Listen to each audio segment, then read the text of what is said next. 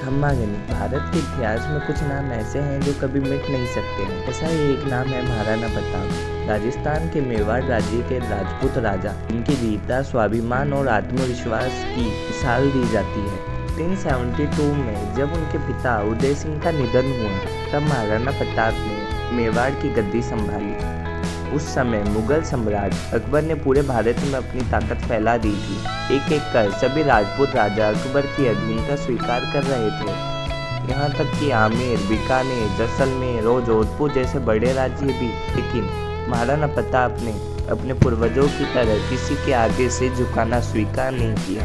अकबर ने कई बार प्रस्ताव भेजे, लेकिन महाराणा प्रताप का एक ही उत्तर था, स्वाभिमान से बढ़कर कुछ नहीं।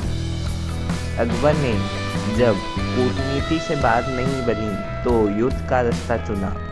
1576 हल्दी घाटी का युद्ध भारत के इतिहास का सबसे गौरवशाली युद्ध। एक तरफ था मुगल साम्राज्य, हजारों सैनिक, आधुनिक हथियारों, अनुभव, और महाराणा प्रताप का संसाधन, सीमित सेना, अटूट जज्बा। प्रिय घोड़ा चेतक भी इस युद्ध में उनका साथ निभा रहा था।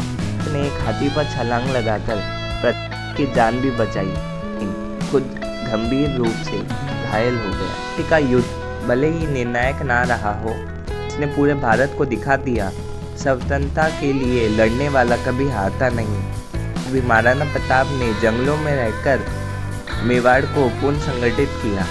धीरे धीरे अपने सभी दुर्ग और फिर से जीत लिए।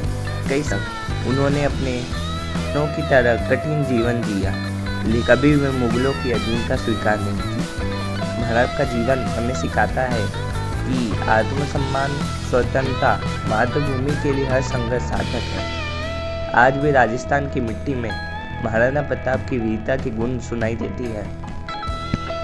उसके योद्धा इतिहास में अमर रहते हैं। जय मेवाड़, जय महाराणा प्रताप।